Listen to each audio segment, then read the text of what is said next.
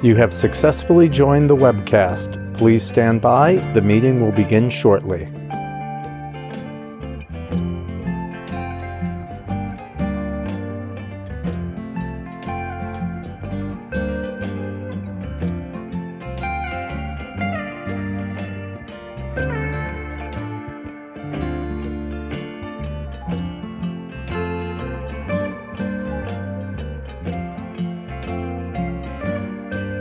You have successfully joined the webcast. Please stand by. The meeting will begin shortly.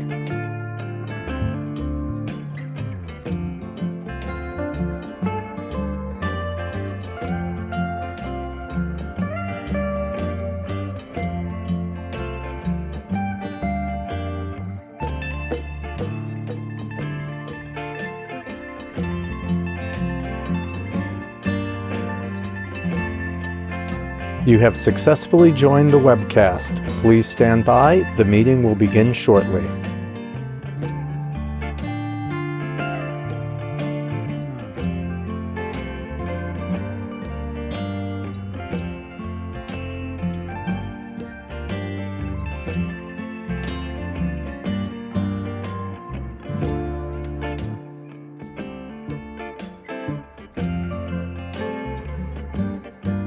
You have successfully joined the webcast. Please stand by. The meeting will begin shortly.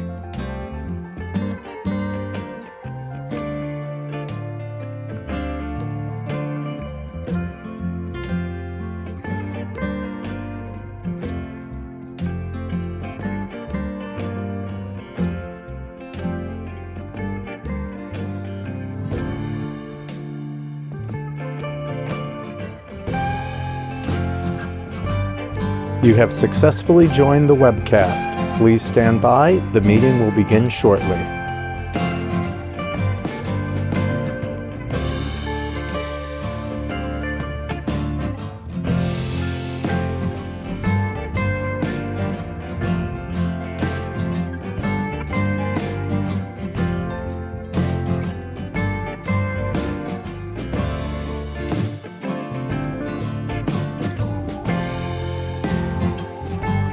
You have successfully joined the webcast. Please stand by. The meeting will begin shortly.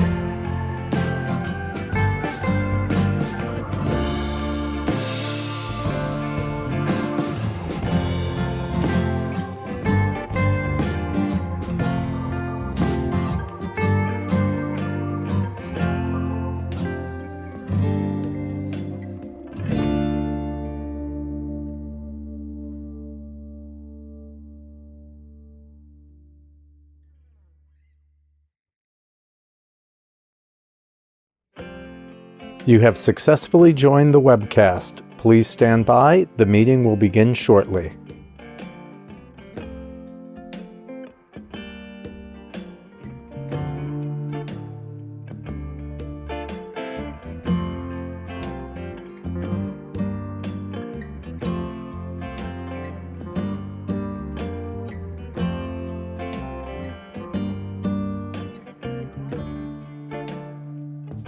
You have successfully joined the webcast. Please stand by. The meeting will begin shortly.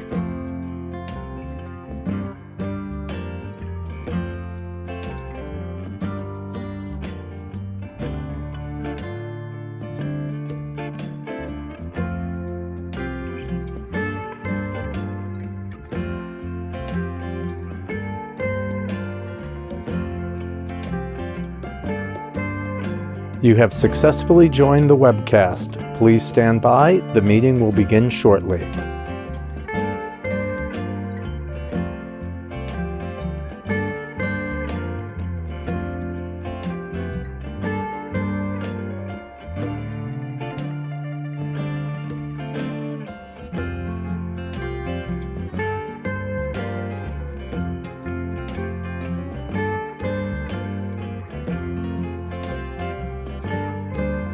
You have successfully joined the webcast. Please stand by. The meeting will begin shortly.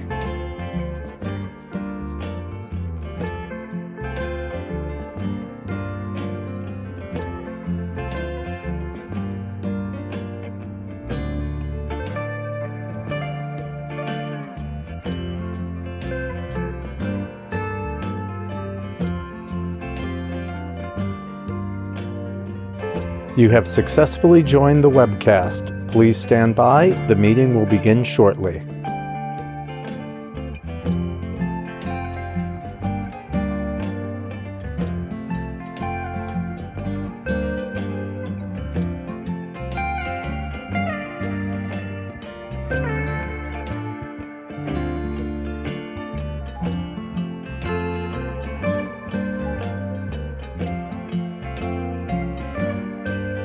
You have successfully joined the webcast. Please stand by. The meeting will begin shortly.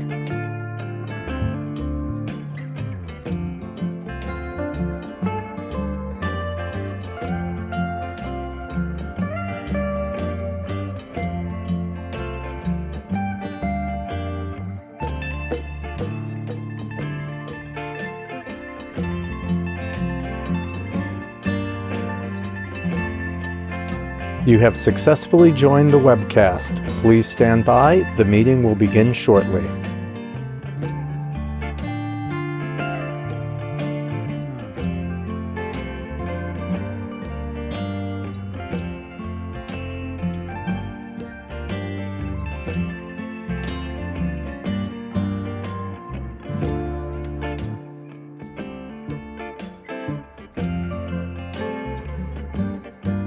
You have successfully joined the webcast. Please stand by. The meeting will begin shortly.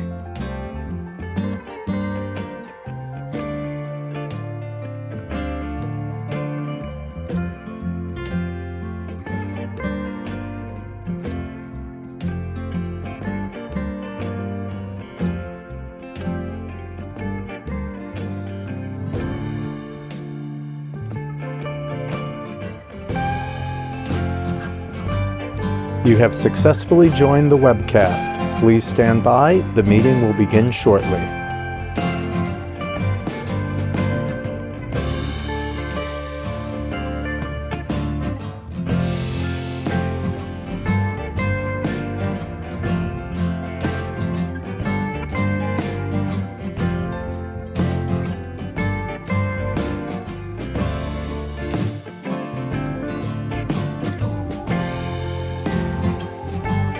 You have successfully joined the webcast. Please stand by. The meeting will begin shortly.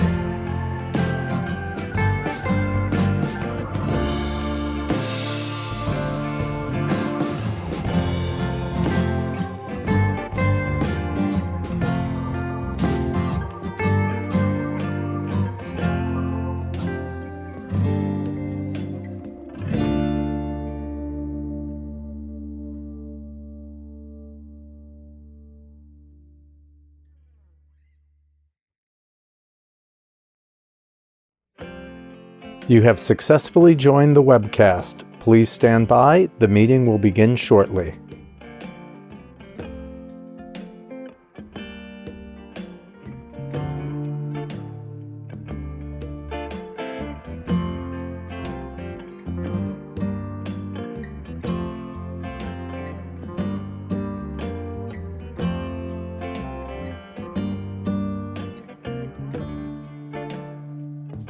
You have successfully joined the webcast. Please stand by. The meeting will begin shortly.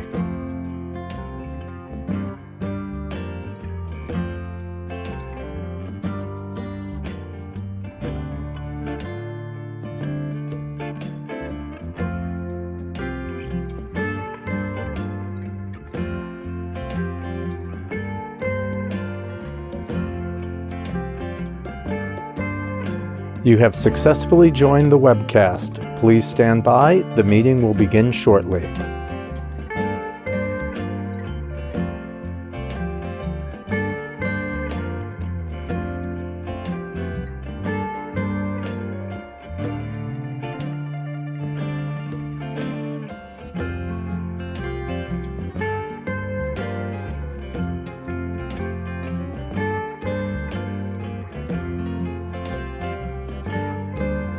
You have successfully joined the webcast. Please stand by. The meeting will begin shortly.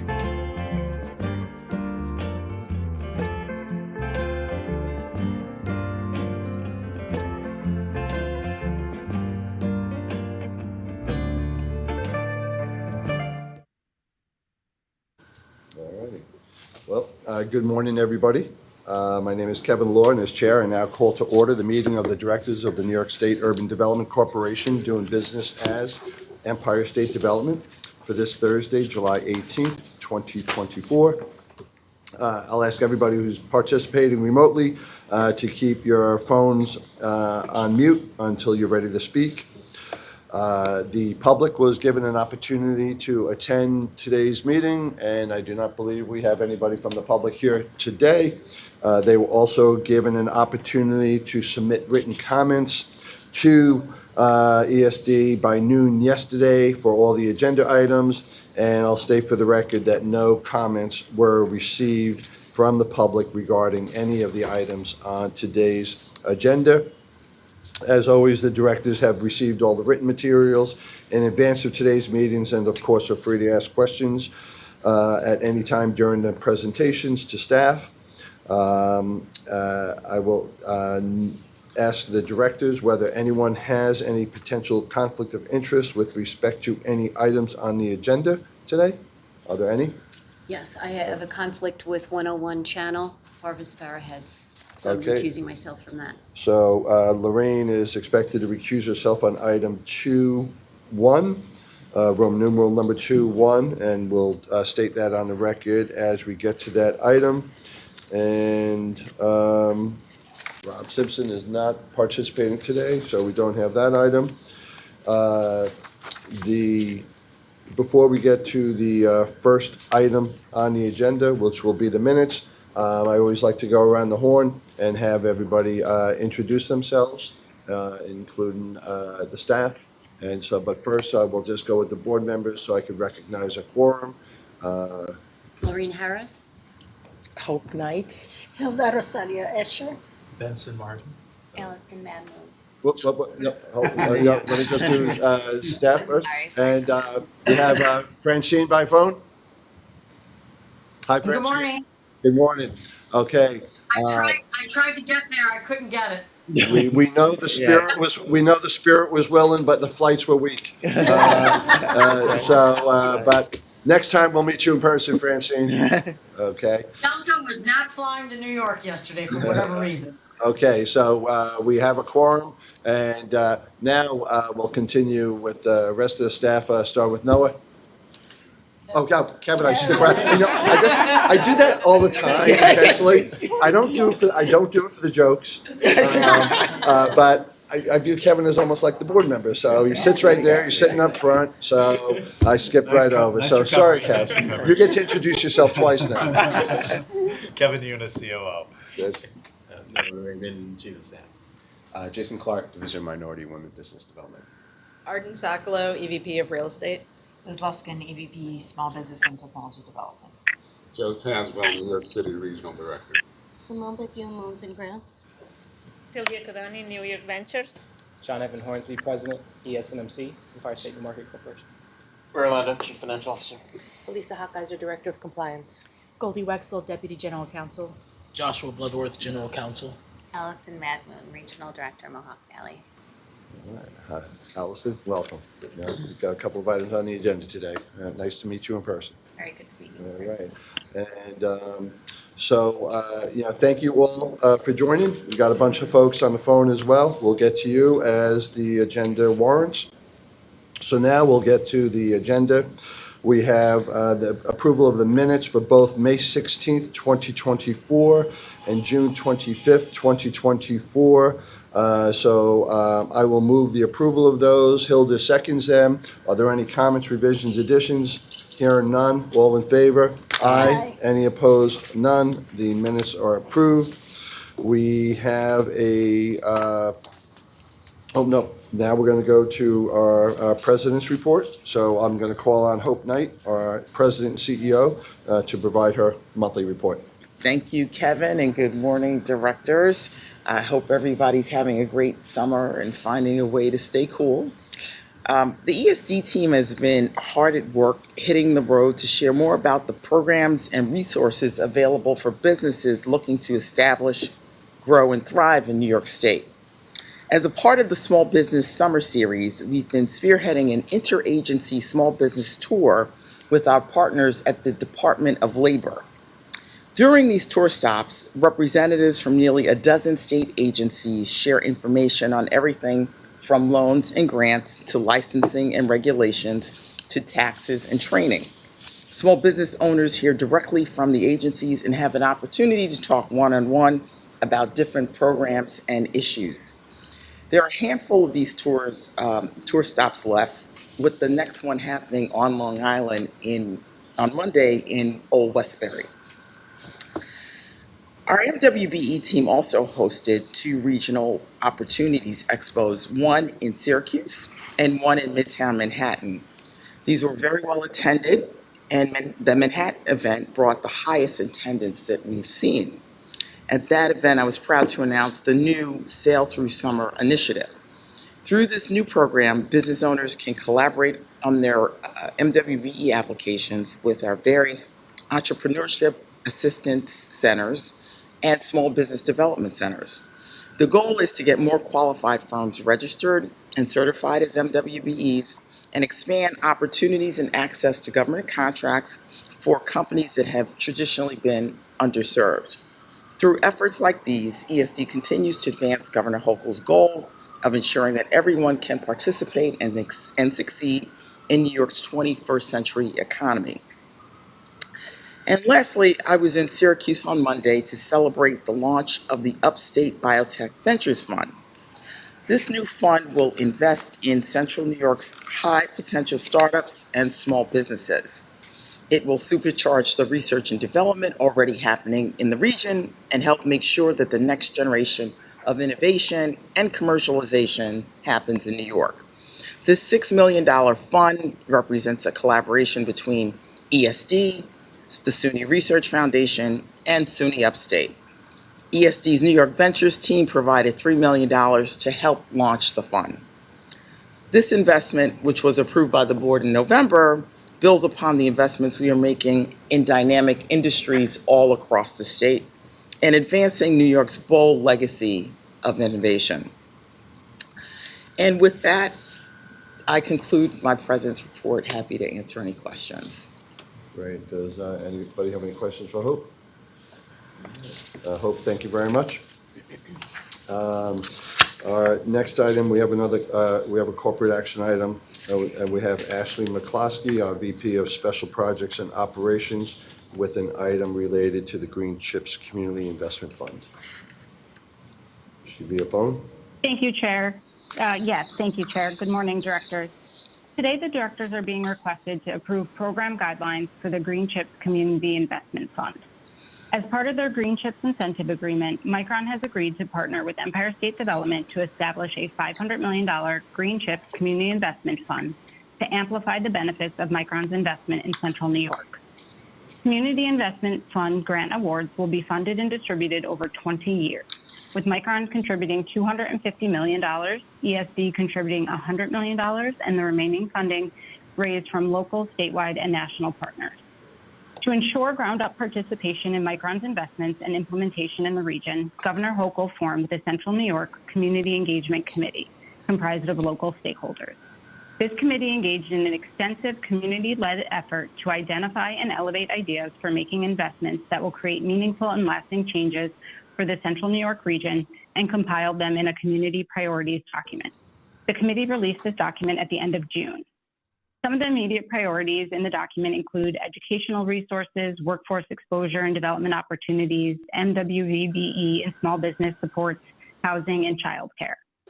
Projects that best respond to the concepts and priorities outlined in the CPD will be given special consideration for funding. As detailed in Micron's term sheet, under this program, funding will be provided to Central New York communities and in 4 categories of spending: workforce development, education, community investments, and housing. Grant funding will be allocated to projects within these 4 categories of spending, projects that address the immediate priorities identified in the CPD, supported by the community, and are capable of making the benefits of Micron's investment more impactful and equitable for Central New Yorkers. The application process for this fund will be a 2-phase process. Applicants seeking SIF grant funding will submit a Phase 1 letter of intent for initial consideration. If the letter of intent is determined to meet the basic program requirements determined by ESD and Micron, an applicant will be invited to submit a full Phase 2 application through the CFA for final consideration. Each entity will be administering its own funding. A range of projects will be eligible for funding throughout this fund. ESD's investments for the portion of the fund will be available for capital-based projects only. So with board approval, we would be ready to open up the application for the fund in the coming weeks, and I'm happy to answer any questions. Great, thank you, Ashley. So, Ashley, we're approving today just the guidelines, and then specific projects that come out of the $100 million ESD or New York State allocation. Will those come back before the board, or are we authorizing sort of a blank check to approve any projects today? Yes, you are approving the guidelines, and those projects for the $100 million would come back to the board for approval. Great. Well, thank you very much. Do any other board members have any other questions? Okay, hearing none, I will move it. Lorraine seconds it. All in favor? Aye. Any opposed? None. And I should note, we had no comments from the public or any written comments on that. Kev, did you have anything you wanted to add on that? By the way, Lorraine, he's like our superconductor chips czar. Really? Yeah. Your many. He does everything. He does everything. That's why I skipped right over him. Wow, need a promotion. Thank you, Ashley. Now, again, for the newer members, Francine and Lorraine, what we started doing about a year and a half ago is having special presentations at every board meeting. And what has really, we have sort of special projects that are going on. Sometimes we get briefed. But what has been really interesting to all the board members is we have the regional directors share with us all the cool things going on in the specific regions. And so they've been very well received, and we're going to continue to do that. And so we're very happy today to have the Mohawk Valley presentation. And we have with us Allison Madmoon, and she's our regional director up there. So Allison, I've been hearing your name for the past couple of years and seeing you on the video, but very nice to meet you in person, and we look forward to your presentation. Thank you, Kevin, and thank you for directors for having me here today. I'm so pleased to shine a light and a spotlight on the Mohawk Valley. So I'm going to start out by giving you kind of a niche story that represents revitalization in the Mohawk Valley. Revere rides again. So Revere Copper Products is located in Rome, New York. It is the oldest continuing manufacturer in the United States, started by no other than Paul Revere in 1801 in Massachusetts. It's had many owners, and in 1928 and 29 was brought to Rome, New York. And 23 years ago, their sign went dark. The sign is beloved by Rome community members. They say that when the sign went on, they knew mom wanted them home at night. And so to them, it represented continuous decline of our area and the decline of manufacturing. And on July 4th, they relit the sign this year, and to community members and the greater community at large, it represented more than just relighting the sign. Obviously, there's a huge emotional connection to that sign, and it is synonymous with Rome. However, it also represented the revitalization of the community. In that time, in those 23 years, they have built themselves back up with the help of state and local partners. They have a downtown that they won the Downtown Revitalization Initiative, and they're nearly complete with all of their projects. They had a shuttered Air Force Base just a few years before this sign went dark, and the Air Force Base is now a thriving business and technology park that boasts 7,000 employees, which is more than when it was an active military base. It's a hub for innovation and growth in the Mohawk Valley. And so that's really what that sign represented. Relighting is the marked change in the community and in the Mohawk Valley, and the resurgence of manufacturing in the Mohawk Valley and upstate New York.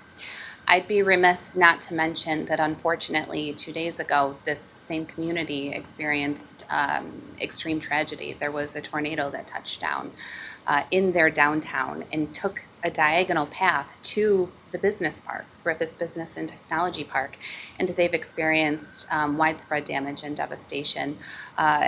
Governor Hochul in New York State is committed to supporting them in rebuilding, and we are as well. And we've seen extreme acts of kindness and the resiliency already in 2 days. Yeah, we saw Governor Hochul in Rome yesterday. That's right. Very sad. Just so we all can picture exactly where is Rome, like how many miles from the closest city that we might recognize more? It's about 45 minutes away from Syracuse. 45? Yep. Yes, and it's about 20 minutes away from Utica. Got it. Western part of the Mohawk Valley. Got it. Borders central New York. And any of the projects that were completed with the DRI, did they get destroyed too, or?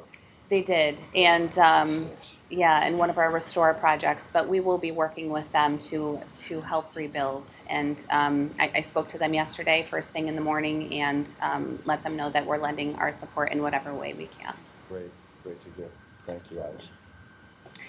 So, a little bit more about the Mohawk Valley. We represent 6 counties: Fulton, Herkimer, Montgomery, Oneida, Otsego, and Schoharie.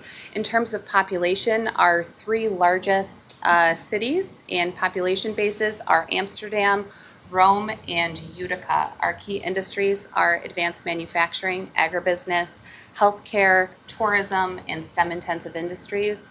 And our key employers, our largest employers, are Bassett Healthcare Network, Indium Corporation, Mohawk Valley Health Systems, Turning Stone Casino and Resort, and Utica National. In terms of higher learning, we punch above our weight. We have 9 academic institutions in our region, and they're listed right there. The U.S. semiconductor resurgence runs through New York. We've heard that a lot, and it runs through the Mohawk Valley. Wolfspeed is located in Marcy, New York, the world's largest 200-millimeter silicon carbide fabrication facility. Governor Hochul cut the ribbon on this facility April 25th, 2022, and they are already at 475 employees, of which they've pledged 614, so they are well on their way. And a quick story about employment here at Wolfspeed. We are heavily involved with the Office of Strategic Workforce Development.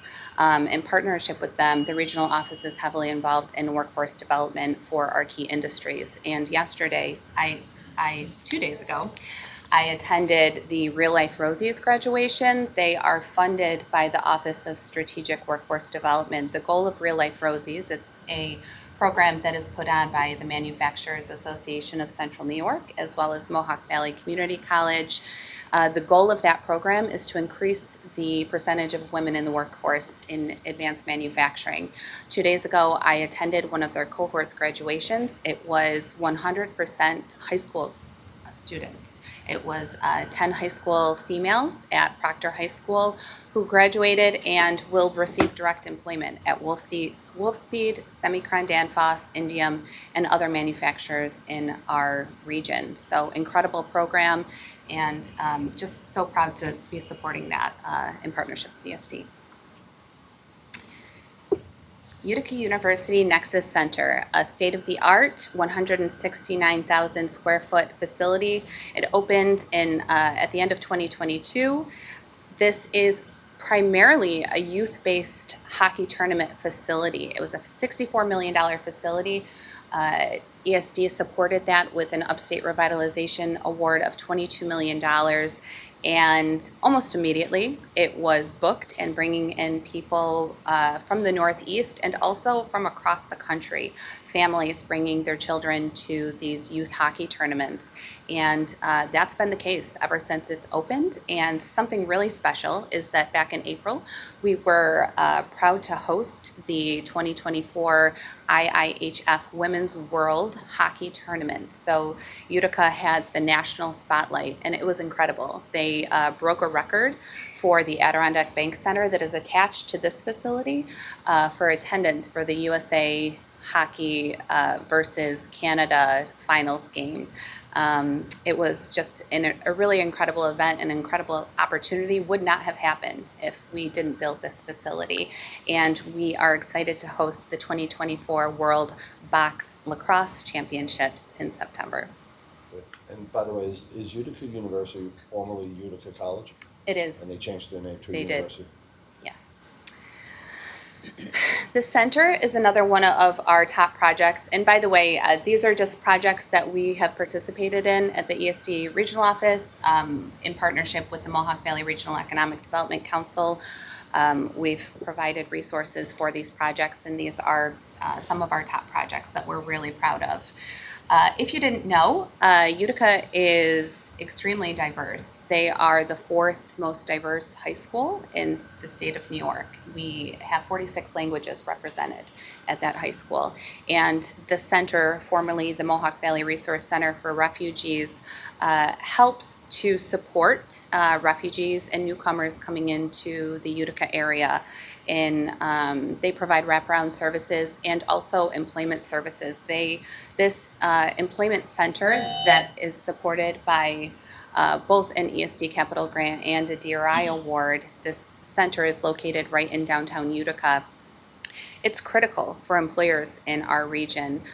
They work with over 80 employers that meet at the center with individuals and provide direct employment services. And they also help with things like HR manuals and translation services and things like that to make the transition for individuals that access their services seamless into the workforce. It's really a critical service that they provide. And the last project I wanted to highlight is FMCC's Cyber Range. So it's the first in the nation.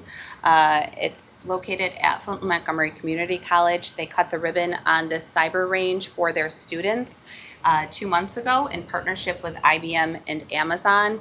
And it gives their students first-class hands-on experience in cybersecurity simulation training and scenarios. The Lieutenant Governor toured this facility last month. It's incredible.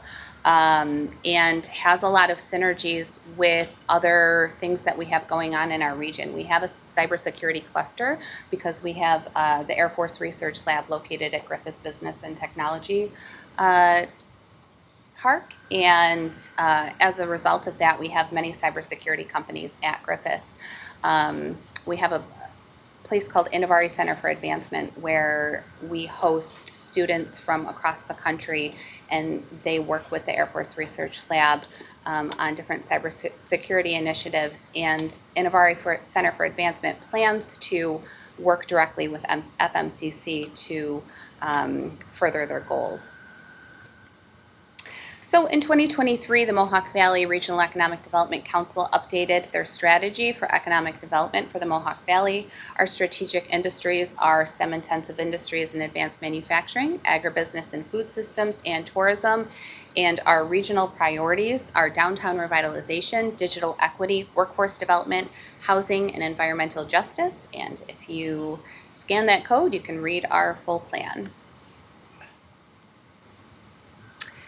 Mohawk Valley Empowers. So really quickly, last year, the Mohawk Valley participated in a challenge competition. All 10 regions participated. We were tasked with developing a prospectus for a challenge that we experience in the Mohawk Valley. The MVREDC chose workforce development, and we won the challenge. We won $10 million at the end of last year to address workforce development. And so our prospectus was focused on taking people off the sidelines, empowering people to work by utilizing wraparound services, and really trying to eliminate barriers to employment for individuals. And so we launched an application, an open call, although our prospectus included catalyst projects. We had people reapply, and also projects that maybe weren't thought of at the time of the prospectus applied. We just closed that portal and received 17 applications, and the Regional Economic Development Council is reviewing those applications currently. We are growing fast in the Mohawk Valley thanks to ESD's Fast New York program.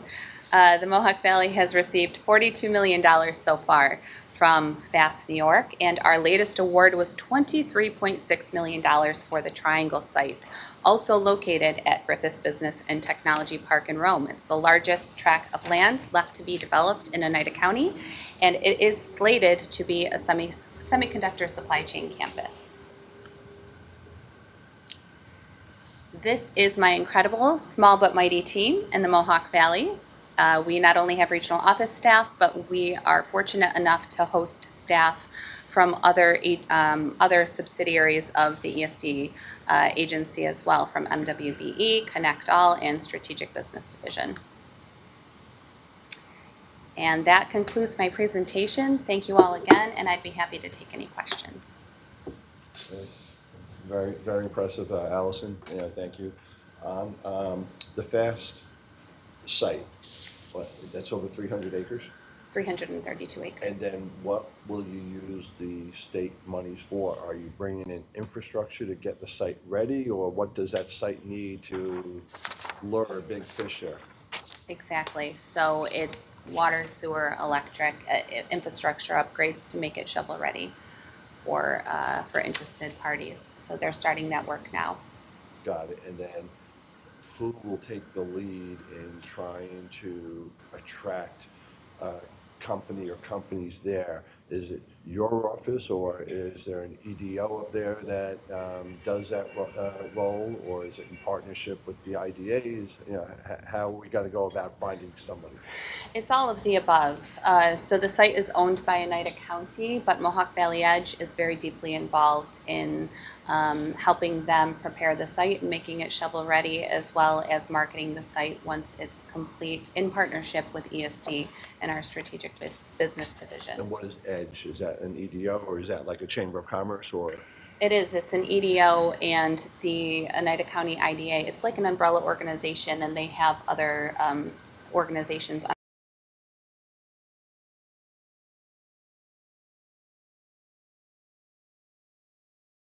Is it a build it and they will come type of effort? That's a great question. There has been interest over the years, but they really feel like building up the infrastructure on that site will make it truly ready to go and ready for an interested company to locate there. Got it. What, 20 miles from the Micron site-ish? A little more, but yes, very, very close to Micron. We sit, on the edge, on the outskirts there, and then it's 20 minutes away from Wolfspeed and Semicron Danfoss. So we feel like it's perfectly positioned to be a supply chain campus. Got it. And do you see Mohawk Valley also being in a position to accommodate some of the housing that'll be needed for the 25,000 Micron employees, envisioned to come up, in central New York? Absolutely, and we're in the midst of, taking a look at what's needed to build that up right now. ESD is undertaking a study, as well as Oneida County has a separate housing study that they're undertaking. So good luck with that. Thank you.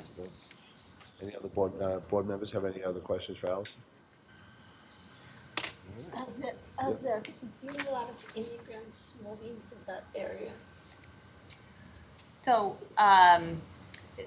yes, we have the Mohawk Valley Resource Center for Refugees, and so specifically refugees, they apply through the federal government, and the center applies to receive refugees, and that we have them come to Utica specifically each year. Okay. And what are you doing for housing?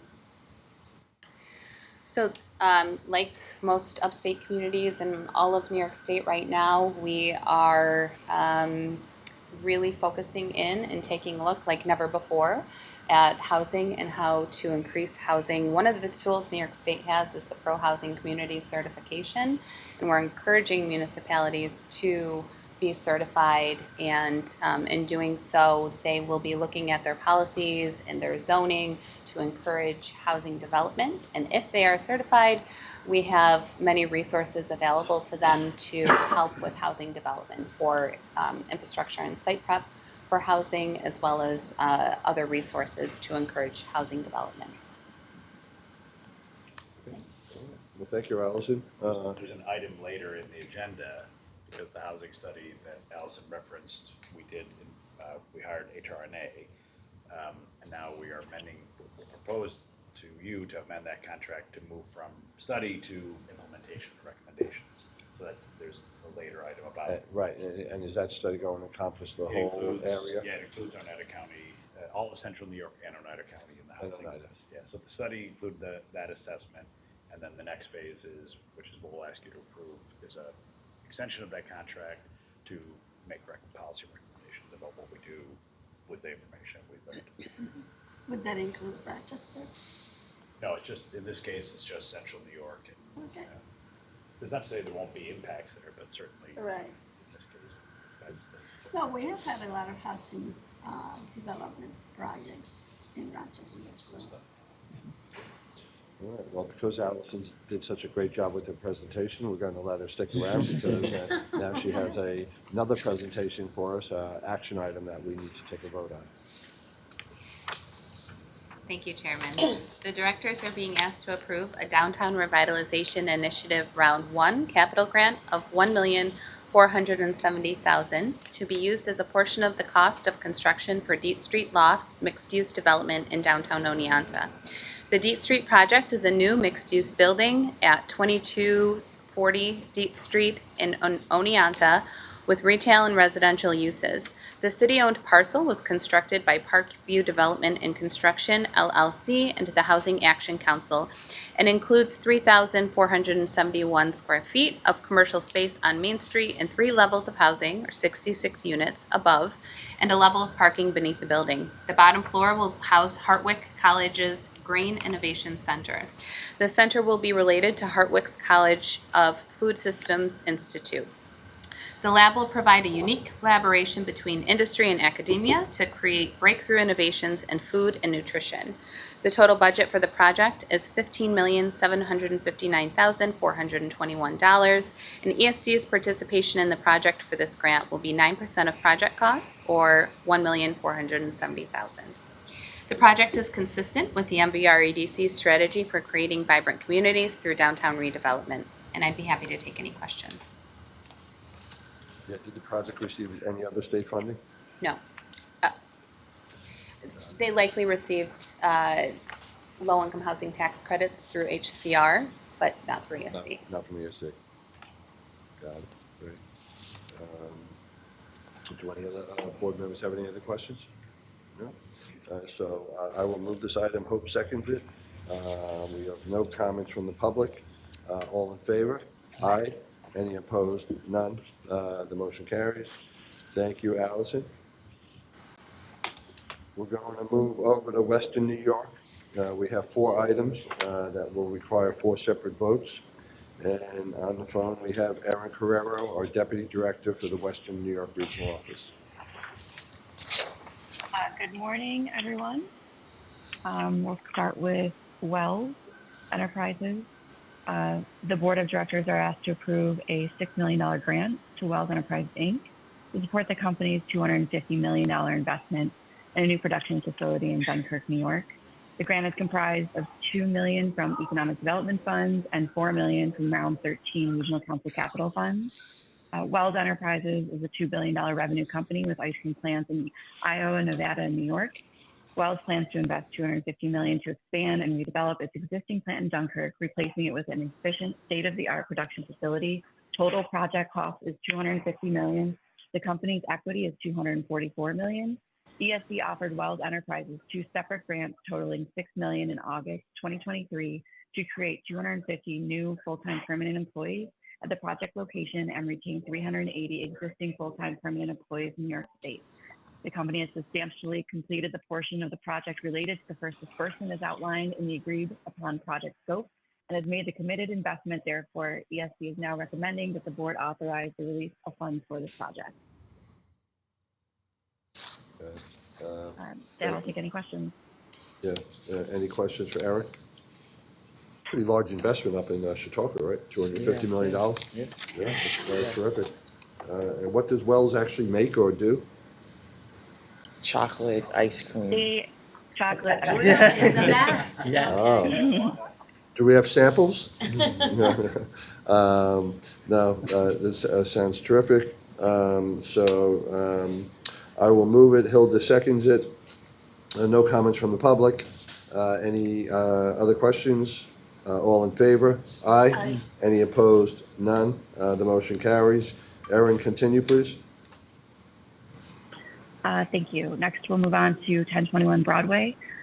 The Board of Directors are asked to approve a $1 million grant from the Round 5 Downtown Revitalization Initiative to support the renovation of a historic building on the east side of Buffalo into a 6,000 square foot childcare center. The renovations are being undertaken by Mosaic 659, who is acting as the developer and main financier of the project. Mosaic 659 acquired 3 buildings in 2015 and combined the parcels into one under the address of 1021 Broadway. Significant renovation continues to be necessary to revitalize the building and outfit the facility to appropriately house the daycare. Mosaic 659 is unable to accept grant funds directly from ESD due to their structuring as a charitable trust and requires the financial sponsor to act as a pass-through for the grant funds. They have established a relationship with the Care Management Coalition of Western New York at the outset to fulfill this role.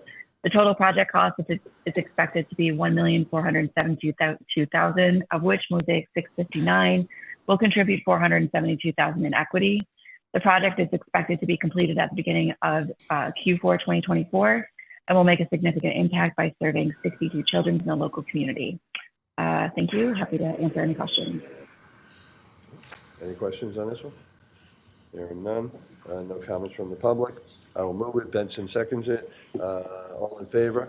Aye. Any opposed? None. Motion carries.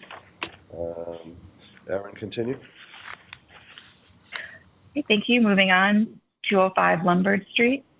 For this item, the directors will be requested to approve one grant for $664,000 to the company 205 Lombard towards a $2,088,171 project for the renovation of a 5,962 square foot building located at 205 Lombard Street. This space will be transformed into office space, a packed area for produce, as well as cold storage for the produce that is grown on the adjacent parcel, which houses Fillmore Farms, a climate-controlled vertical container farm. The $664,000 grant for the project was announced in 2022 through Round 5 of the Downtown Revitalization Initiative and will help close the funding gap for this project. Happy to answer any questions. Any questions? No. No comments from the public. I will move it. Lorraine seconds it. All in favor? Aye. Any opposed? None. That motion carries. Last item, Erin. All right, thank you. Moving on to the Monroe. For this item, the directors will be requested to approve a loan of $750,000 to the company, the Monroe Building LLC, towards an $8.4 million project for the adaptive reuse of the vacant former Record Theater record shop located at 1786 Main Street and 1040 Lafayette in the city of Buffalo. The project will transform several vacant structures into 17 market rate apartments, as well as approximately 11,000 square feet of commercial space. The proposed funding is part of ESD's Better Buffalo Fund and will close the gap in the project's broader capital stack, which includes federal and state historic tax credits, a grant through National Grid, and a loan through New York State Homes and Community Renewal. Happy to take questions. And how many apartments for this one? 17. 17. Yeah. Every little bit helps. Any questions for Erin? None. No comments from the public. So I will move it. Hope seconds it. All in favor? Aye. Any opposed? None. The motion carries. All right. Thank you, Erin. Thank you. We'll move over to Central New York. We have Daniel Kalinsky. He's our regional director for the Central New York region. Daniel? Good morning, Mr. Chairman. Good morning, directors. Today, the directors are being asked to approve a Regional Council Capital Fund grant of $800,000 to Paperworks Industries Incorporated for a portion of the machinery and equipment expenditures in their location in Baldwinsville and Onondaga County. The project had a total budget of $8 million, with 90% coming from the company equity. That included facility upgrades for integrated automation solutions, purchasing machinery and equipment to add autonomous mobile robot carts, automation solutions, to the infeed of high-speed folder gluers and heat seal packaging. The grantee has completed the project as described, has retained 282 jobs, and has exceeded its hiring goal of 9, hiring 60 new positions with the company to date. ESD participation will represent 10% of project costs. The project is consistent with the Central New York Regional Economic Development Council plan to grow jobs, drive private investment, and retain and expand businesses. I'm happy to take any questions. Thank you, Dan. Any questions for Daniel?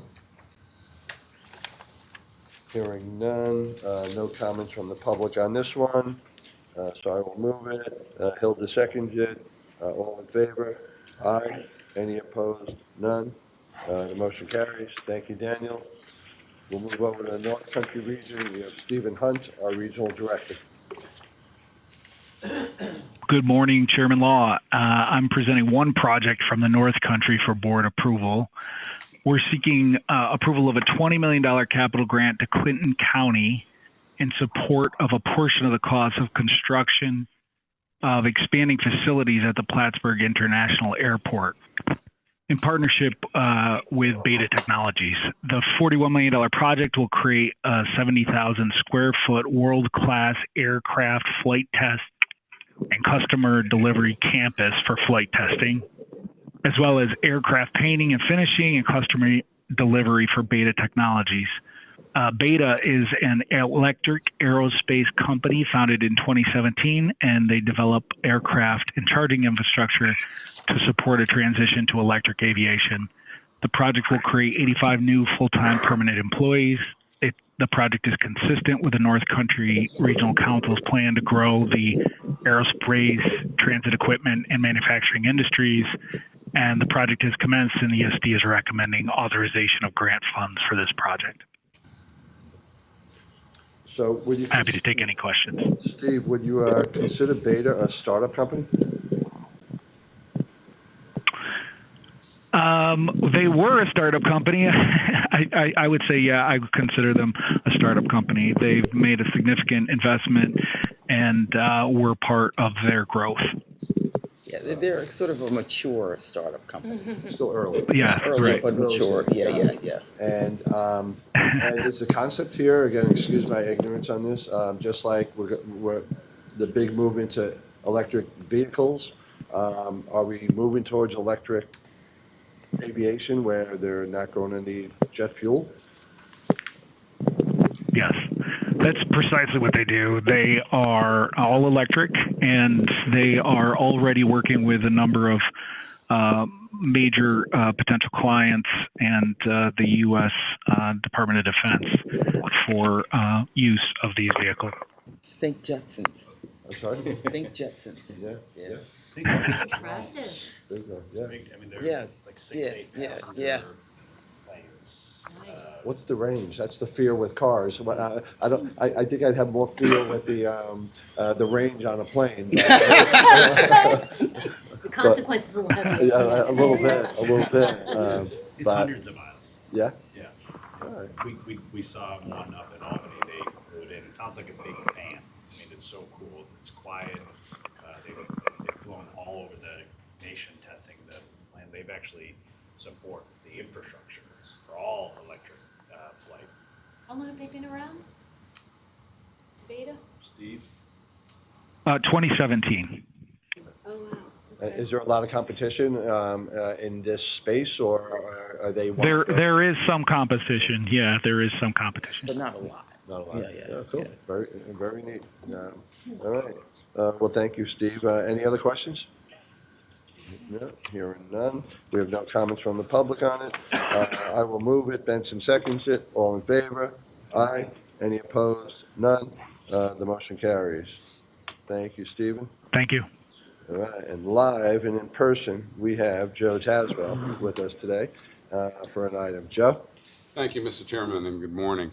This is a request to approve a regional council capital grant of $800,000 to the Intrepid Museum Foundation in connection with the $8 million reconstruction of Pier 86, an 80-year-old pier that is used by the Intrepid Museum that is located within the Hudson River Park at West 46th Street. The project was designated as a New York City Regional Council priority project in REDC Round 6 in support of state and regional strategies to support tourism. The Intrepid Museum, which opened in 1982, includes exhibits, aircraft, and spacecraft aboard the museum's ship, the USS Intrepid, a World War II era aircraft carrier. The museum is one of the top tourist destinations in New York City with over 1 million visitors annually. As part of the project, approximately 4,000 square feet of the marine and upland portions of Pier 86 were reconstructed to create additional waterfront public park space. In addition, the old wooden piles were replaced by steel piles to ensure the pier's structural stability. As the grantee has met its disbursement milestone, staff is requesting approval of the project. Thank you. Happy to take any questions. Joe, stupid question for you. When was the last time the Intrepid actually moved?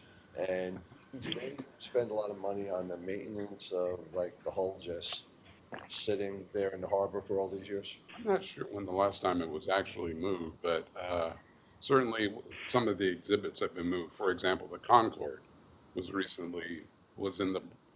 in the Brooklyn Navy Yard and was moved back in May as part of the opening of the pier itself.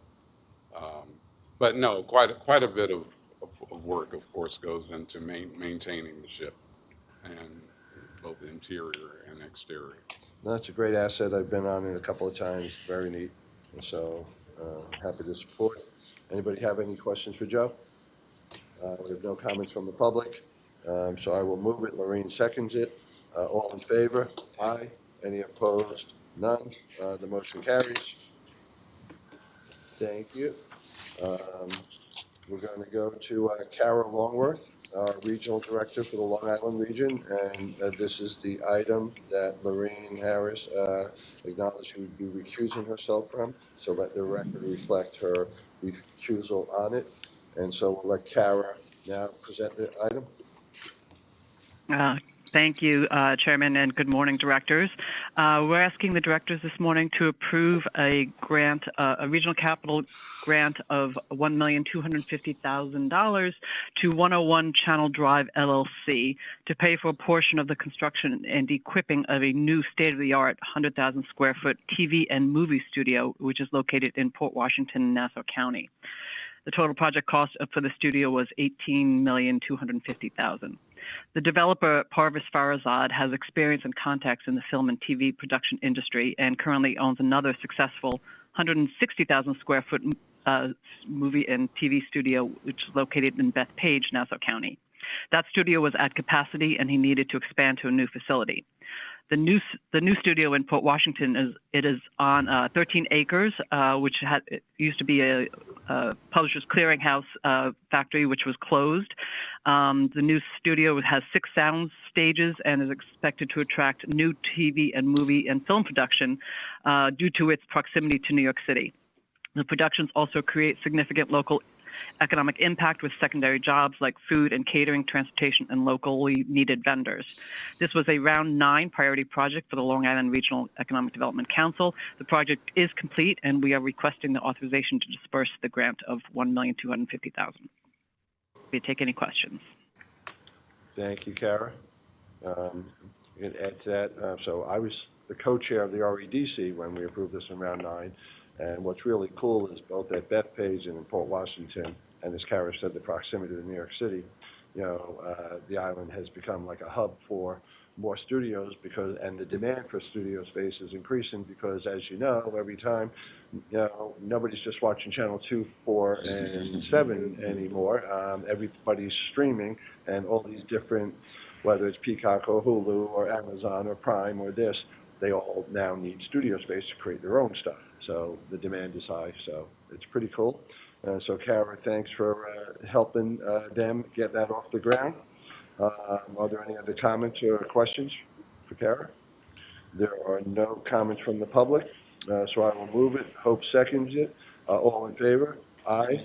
Any opposed? None. And again, note Lorraine's recusal. Okay. Thank you, Kara. Thank you. All right, we will move to New York Community Capital Grant, a Restore New York Community Capital Grant. And we have Simone Bethune. She's our Senior Project Manager and Coordinator of Projects for Loans and Grants. Thank you, Chairman Law. I have two Restore New York grants. The first is to the Village of Liberty. We're requesting director's approval for a Round 5 grant in the amount of $1 million. The project involves renovation of the historic Liberty Theater, originally built in the 1920s, located on Liberty's Main Street. Having remained vacant for over a decade, the building previously provided the community with mixed-use theater space and retail space. In December 2017, the village applied for grant funding to restore the building, which is a 30,000 square foot space. To date, approximately 9,500 square feet in commercial and retail space has been built out of the first and second floors to be leased to local businesses, and the theater renovation included approximately 10,500 square feet in renovations to both the auditorium, stage house, and balcony, as well as the theater lobby and bathrooms. And the work was fully complete in May 2024 at a total cost of approximately $3.3 million, with the developer contributing 70% equity into the cost. ESD is now recommending that the board authorize release of funds for this project as it is complete. The second item is a Round 5 Restore New York grant in the amount of $4,867,681 to the city of Syracuse in the central New York region. Syracuse will undertake a construction, renovation, and demolition project to transform 16 blighted and vacant properties in the north side. Renovations began in 2018 and will be finished in 2025. A total of 5 properties will be demolished, and 11 properties totaling 100,400 square feet will be rehabilitated. To date, 12 properties have been completed and 4 properties are currently in the planning stage and securing necessary permit approvals to proceed. The city is planning for a wide variety of businesses to occupy the buildings, including a daycare, laundromat, and various retail establishments. And the project is set to be complete in December 2025 at a cost of approximately $15 million, with $1.8 million being contributed by several of the building owners as equity. And I can take any questions. Thank you, Simone. Anybody have any questions? We have no comments from the public either, so I will move it. Hilda seconds it. All in favor? Aye. Any opposed? None. The motion carries. Thank you. All right, let's continue moving on. From our Office of Strategic Workforce Development, we have 2 items, 2 separate votes. And we have Christina Lopez, our Deputy Director of Workforce Development. Thank you, Chair, and good morning, Directors. The Directors are being requested to approve the release of funding for the Office of Strategic Workforce Development's Pay for Performance Program Operating Grant to Center State Corporation for Economic Opportunity, Center State CEO, in the amount of $3 million. Center State CEO originally applied for and was awarded a $1 million Pay for Performance Operating Grant through Round 1 of the Office of Strategic Workforce Development grant funding. Based on the outcomes and progress the organization has made in the first year, the office would like the organization to continue its work and is providing an additional $3 million in grant funding for 2 additional years, extending the project funded under the original grant. The funding will be used to expand capacity for key programs and initiatives necessary to develop a diverse, skilled workforce in advanced manufacturing and construction in preparation for the growth catalyzed by Micron, and provide supportive services to improve access and outcomes of training participants. Center State CEO will create a shared platform for Syracuse Build and Syracuse Surge, both for programming and industry partnerships. They will execute their bridge strategy to prepare job seekers for technical training. The program will provide manufacturing and construction industry partnerships with employers and unions in support of the Future Ready Workforce Innovation Consortium implementation goals. Center State CEO will also implement Work Train, a manufacturing and construction training with Syracuse Build and Syracuse Surge partners that will provide industry-focused career exploration and outreach. Stipends and other wraparound support services will be offered to participants enrolled in these training programs to mitigate barriers to participation and completion.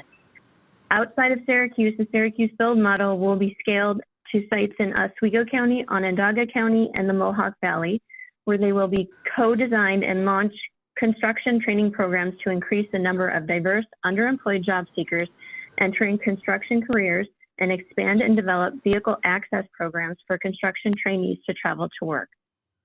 We are recommending that the board authorize the release of funds for Center State CEO to carry out this project. I'm happy to answer any questions. Any questions for Christina on this? All right. No comments from the public either. So I will move it. Lorraine seconds it. All in favor? Aye. Any opposed? None. The motion carries. Your second item? The directors are being requested to approve the release of funding for the Office of Strategic Workforce Development Pay for Performance Program Operating Grant to CNY Works in the amount of $1 million. CNY Works applied for a Pay for Performance Operating Grant through the Office of Strategic Workforce Development's grant funding based on the recommendation of the office and the ESD Commissioner. An incentive proposal was signed agreeing to provide $1 million in funding. This 2-year project will train 162 participants in various cohorts. The training will last 4 to 8 weeks and support Syracuse Build, a city initiative to prepare residents for careers in the building trades that will increase access, capacity, and programming for underserved populations.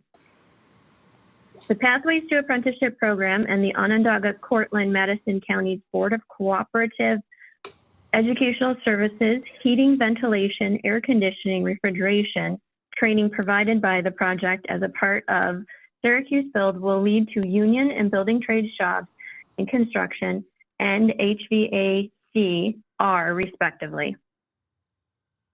Wraparound support services for this training include childcare, transportation, participant stipends, union dues, legal assistance, mental health support, and mentorship will also be provided to participants to reduce barriers to participation. We are recommending that the board authorize the release of funds to CNY Works to carry out this project. I'm happy to answer any questions. Thank you, Christina. Any comments or questions? All right. No comments from the public, so I will move it. Hope seconds it. All in favor? Aye. Any opposed? None. Motion carries. Thank you, Christina. Thank you. So we're going to move over to now New York Ventures. We have Sylvia Cadoni, our Assistant VP of the New York State Venture Capital Fund, with us.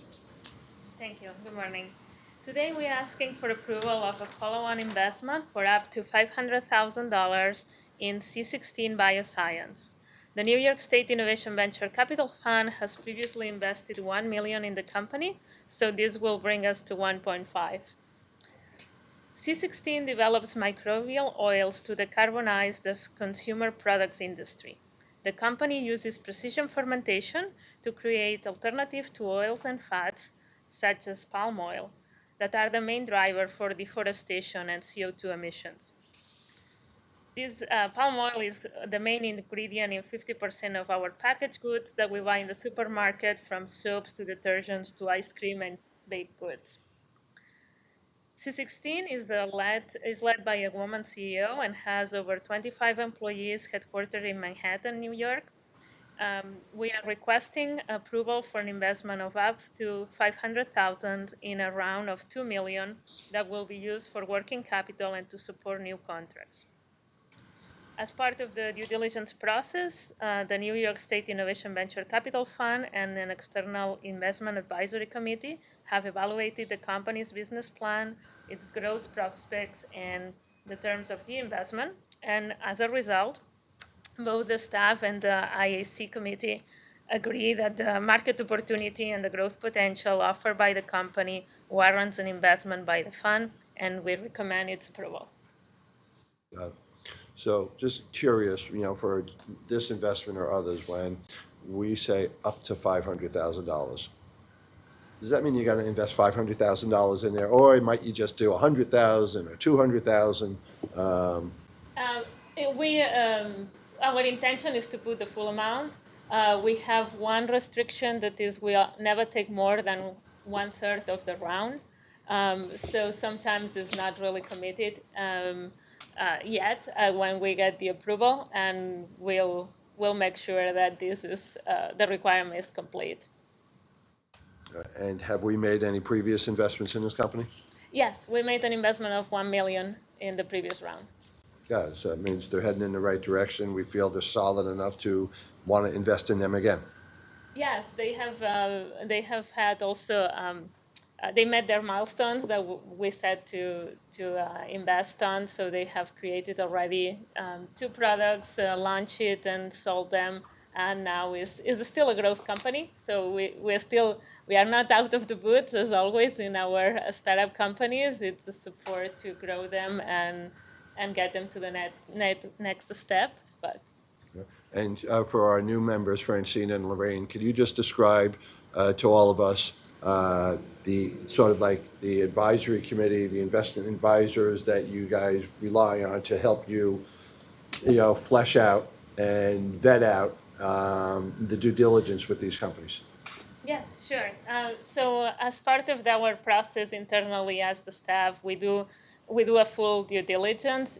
We always also co-invest, so there will be other investors that do a similar work to evaluate the companies, but we do our own as a staff, and then we present a full memo and findings to an external committee that is comprised of people who are also investors in the venture world.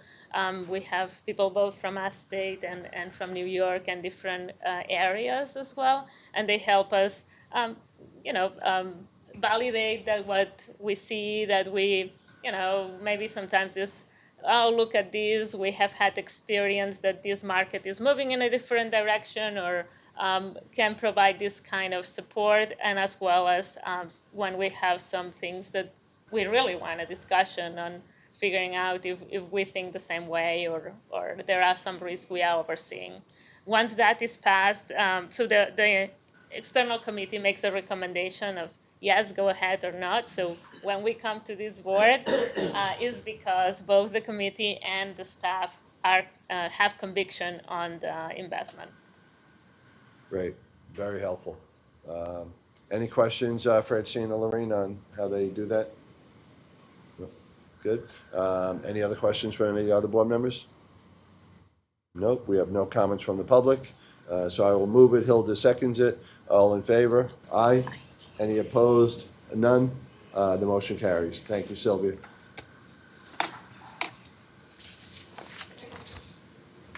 Okay, next up, we have John Evan Hornsby, our president of Empire State New Market Corporation, with an item. Thank you and good morning.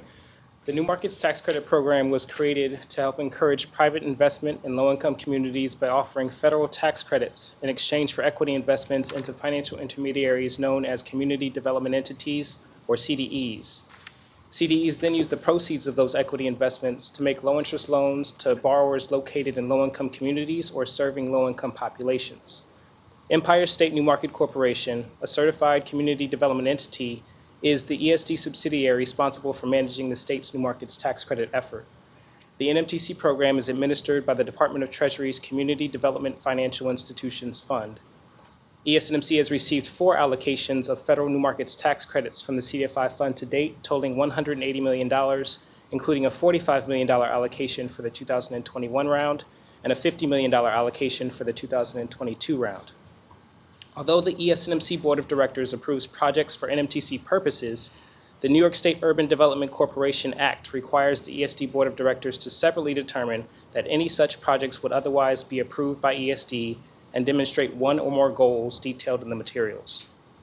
On June 24, 2024, Empire State New Market Corporation approved an allocation of up to $8 million of federal New Markets tax credits to make qualified low-income community investments to 2 separate borrowers to finance the renovation, inventory, and/or equipment purchases at 2 Bogopah sites in highly distressed communities in the Bronx and East New York, Brooklyn. Bogopah is a minority, family-owned company that started in 1988 by catering to lower-income, highly densely populated areas that did not have access to grocery stores and continues to serve these communities today. Bogopah now operates 32 full-service supermarkets serving New York, New Jersey, and Connecticut. The supermarkets operate under the Food Bazaar brand. For the Bronx location, ESNMC will provide up to $4 million in NMTC allocation to finance the purchase of inventory and equipment for an existing outdated 37,000 square foot grocery store. For the East New York Brooklyn location, up to $4 million in NMTC allocation will be provided to finance the renovation of, purchase of inventory and equipment for, and replacement of the roof at a 110,000 square foot warehouse that serves the Bogopah grocery stores.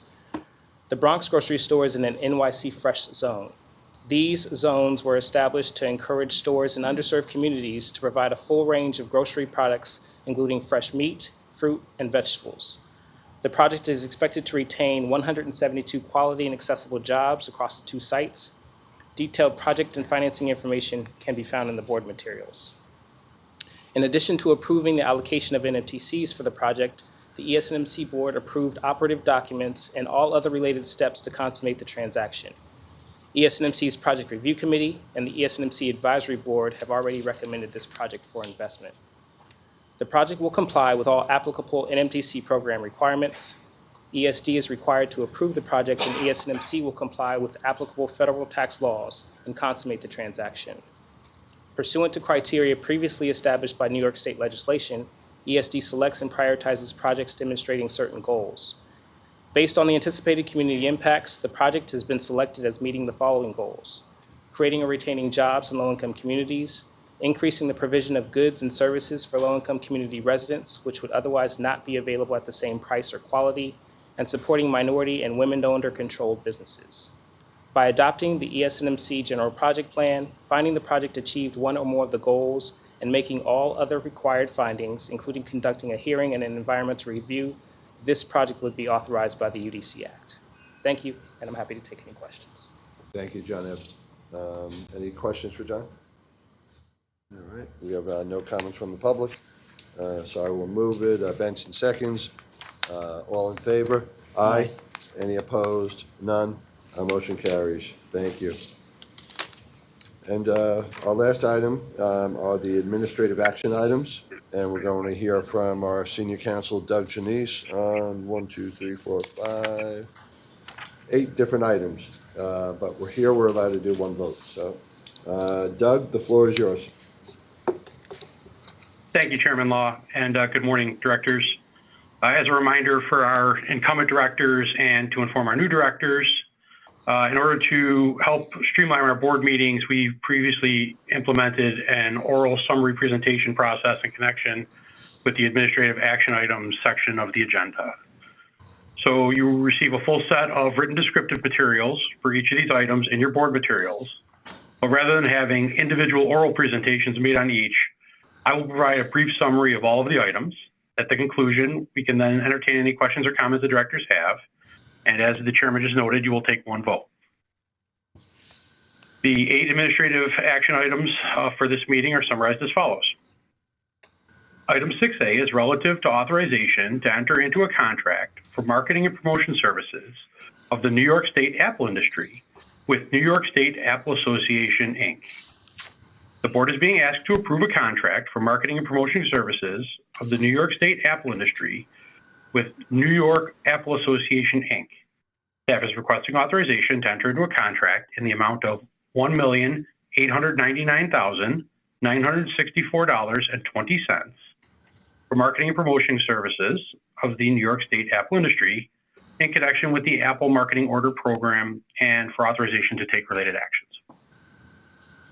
Item 6B is relative to authorization to enter into a contract for research and development services for the New York State Apple industry with Cornell University.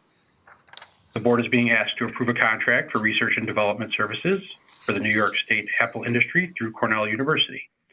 Staff is requesting authorization to enter into a contract with Cornell University in the amount of $372,510 for research and development services for the New York State Apple industry in connection with the Apple Research and Development Program. Item 6C is relative to authorization to enter into a contract for consultant services for a Central New York housing market and needs study. Directors are being asked to authorize a contract amendment for up to $725,500 over a 15-month term with HR&A Advisors, Inc. to complete a housing market and needs study in Central New York and to design and implement key proposed recommendations related to the $100 billion Micron microchip fabrication project in Clay, New York. This technical study will be jointly overseen by ESD staff and the New York State Department of State, and will help identify potential policy measures to maximize opportunities to meet the housing demands associated with the Micron project in a manner consistent with the state's smart growth and climate policies. Item 6D is relative to authorization to enter into a contract for independent evaluation consulting services. In January of 2024, ESD issued a request for proposals seeking to retain an independent evaluation consultant to conduct 3 fiscal and economic impact evaluations of certain ESD programs to be chosen by ESD. The evaluations will examine, analyze, and report on the programmatic, fiscal, and economic impact and return on investment of each of the chosen programs. Following the procurement projects, BJH Advisors was determined to be well qualified and to represent a best value for these services. BJH exhibits a strong and substantive, relatable experience, a portfolio, a robust evaluation plan, and a clearly defined project approach that demonstrates a clear understanding of the scope and challenges. Directors are being asked to authorize the corporation to enter into a contract with BJH Advisors for a term of 2 years in an amount not to exceed $400,000, with 2 additional 1-year options to renew following the initial term. Item 6E is relative to authorization to amend the contract with Brian Cave, Leighton & Paisner for the Pennsylvania Station Area Civic and Land Use Improvement Project. The board is being asked to authorize amending ESD's current contract with Brian Cave, Leighton & Paisner to fund the firm's continuing environmental review, UDC Act, and litigation defense work on the Pennsylvania Station Area Redevelopment Project. The firm has worked on the project transactions since the project's inception. The proposed amendment will increase the contract amount by an additional amount not to exceed $500,000 for an aggregate contract amount not to exceed $2,950,000. Item 6F is relative to authorization to amend a contract with the law offices of Donald J. Tobias for litigation and workout matters. Directors are being asked to approve an amendment of the existing contract with the law offices of Donald J. Tobias. For several years, the law offices of Donald J. Tobias has provided ESD with excellent counsel on litigation and workout matters at fees below ESD standard rates. The amendment would increase the contract amount by $175,000 for a total contract amount not to exceed $675,000. Item 6G is relative to authorization to enter into a contract amendment and extension with Dun & Bradstreet, Inc. for its market insight for business resource services. The board is being asked to approve the amendment and extension of ESD's contract with Dun & Bradstreet, Inc. Staff is requesting authorization to enter into a contract renewal with Dun & Bradstreet Market Insight for Business Resource Services in an amount of $566,584.95 and to add the EconoView feature for an additional $181,750. The total contract amount is not to exceed $748,334.95. This contract amount is shared with the New York State Department of Labor. The Department of Labor will pay $489,756.81, and the corporation will pay $258,578.14. And finally, item 6H is relative to authorization to enter into a contract with Quality and Assurance Technology, Inc. for network security support. The board is being asked to authorize the corporation to enter into a contract with Quality and Assurance Technology, Inc. for network security support. The vendor will provide on-site and remote support services, maintenance, and troubleshooting of all network security and related infrastructure components over the term of the agreement. The vendor is a certified MBE and was selected for this engagement due to its knowledge, expertise, experience, and familiarity with ESD's network, together with its competitive cost proposal. The proposed contract is for 3 years at a total cost not to exceed $714,000. I will now turn it back over to our chair, who will call for any questions or comments you may have on any of these items before calling for a vote. We also have item-related staff on the line today as well to take any questions. Thank you. Thank you, Doug. I don't know if it's a question for you or Kevin, just on the item C, I believe, on the housing study. So what actually are they doing? Are they just identifying, hey, we're gonna need more housing, or are they actually going to come up with some recommendations and ways to increase the amount of housing up there? And are we gonna get buy-in from the towns and villages up there who will control the zoning to do so? So it's a combination. They've been doing a study, which is an analysis of potential growth, existing stock, existing limitations, on permitting and the zoning, as you said, throughout the region. And now, one, the extension is for the continued and completion of that study, and two, it's into the recommendations. So recommendations will include things like potentially how the zoning needs to get changed, how do we adhere to smart growth, and how do we do this within the constraints of the CLCPA. And it might include recommendations around housing investments or type of investments. The governor's pro-housing communities model could be something you see us finding ways to support in this context. So it could be any number of policy recommendations to do. And how many counties are included in the central New York? Is it for the entire central New York region, or just all of central New York plus the Oneida County? Yeah. Got it. And might this study be sort of a model or a roadmap for other regions, to follow? I know this is specifically for how we're going to address the demand that Micron will likely generate, but might there be things in there that then can be shared with the other regions to try to emulate? Yeah, absolutely. I mean, the big difference is, while we're all seeing increased housing demand, this could be like a 30% increase in population in the community, and that's that's way. Most communities are seeing 1%, and 2%, and 3% increase. So this is it'll be on, anything we do will be on steroids. Yeah. And when should the study be completed? Study will be done. The extension is for 3 more months, I believe. Study will be done soon, and recommendations, we hope to have them in time for state of the state budget. Got it. And then in the very first item that we approved earlier today with the fund that Micron and the state are contributing to, can some of those state funds then be used to maybe, I know they're capital, to facilitate the recommendations of the housing study? Absolutely. That is one of the 4 priorities of that community investment fund housing. So I would expect that Micron's funding and ESD's funding as part of that fund would be in support of it, whether directly around these recommendations or in some other way. But for sure, they'll be used for housing. Got it. Great. Thank you. Do any board members have any other questions on that item or any of the other administrative items? All right. We have no comments from the public. So I will move the omnibus resolution. Lorraine seconds it. All in favor? Aye. Any opposed? None. Thank you, Doug. That concludes our official business for this meeting. Does any board member have any other item or business they'd like to raise at this time? Hearing none.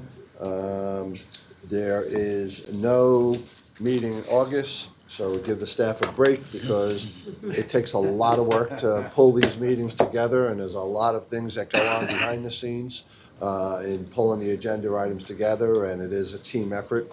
So we appreciate all the hard work that goes into the preparation for these meetings.